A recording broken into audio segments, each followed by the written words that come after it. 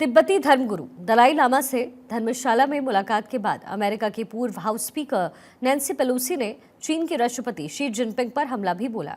उन्होंने तिब्बत को लेकर के अमेरिकी सदन में पारित बिल पर कहा कि इससे तिब्बत को आजाद देश की मान्यता मिलेगी।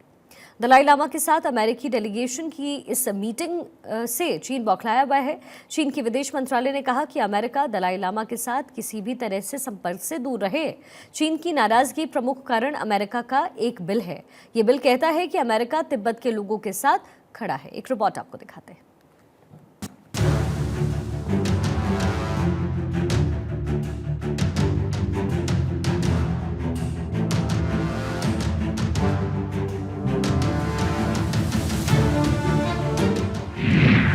तिब्बत पर अमेरिका के कदम से घबराया चीन। अमेरिका को दलाई लामा से दूर रहने की सलाह। तिब्बत पर अमेरिकी बिल ने बढ़ाई चीन की टेंशन। अमेरिका में हाउस ऑफ रिप्रेजेंटेटिव की पूर्व स्पीकर नैन्सी पेलोसी और तिब्बती धर्मगुरु दलाई लामा से मुलाकात हुई। उनके साथ 6 सांसदों का प्रतिनिधि मंडल भी मौजूद रहा।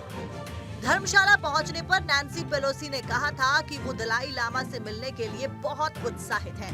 नैन्सी पेलोसी की भारत यात्रा के दौरान नैन्सी पेलोसी के दलाई लामा के साथ में मुलाकात करने पर चीन अब दिल मिलाया हुआ है। चीन के विदेश मंत्रालय ने कहा है कि अमेरिका दलाई लामा के साथ में किसी भी तरह से संपर्क से दूर रहे।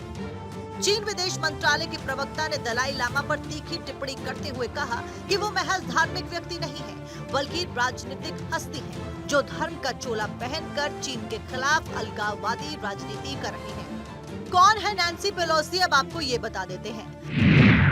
नैन्सी पेलोसी का राजनीतिक करियर काफी लंबा है। नैन्सी पेलोसी महत्वपूर्ण राजनीतिक हस्तियों के परिवार से आती हैं। पेलोसी पहली बार 1987 में सदन के लिए चुनी गई थी। अमेरिका में हाउस ऑफ रिप्रेजेंटेटिव्स की पूर्व स्पीकर नैन्सी पेलोसी हैं। नैन्सी इससे पहले मई 2017 में भी दलाई लामा से मिलने के लिए भारत आई थी। तब चीन ने अमेरिका को तिब्बत मामले में दखल के खिलाफ चेतावनी दी थी। पेलोसी लंबे समय से तिब्बत की आजादी का समर्थन करती आई है।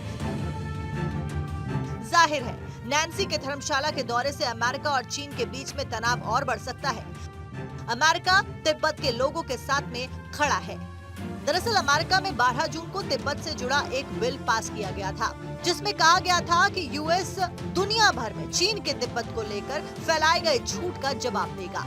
इस दौरान अमेरिकी अधिकारी चीन के तिब्बत को अपना हिस्सा बताने वाले दावे को भी खारिज करेंगे।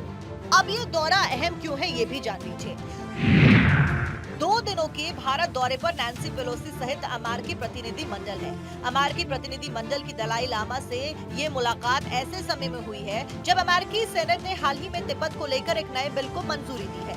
बिल के जरिए अमेरिका तिब्बत पर चीन के दावे को चुनौती देगा। अमेरिकी संसद में 12 जून को तिब्बत से संबंधित बिल पारित हुआ था।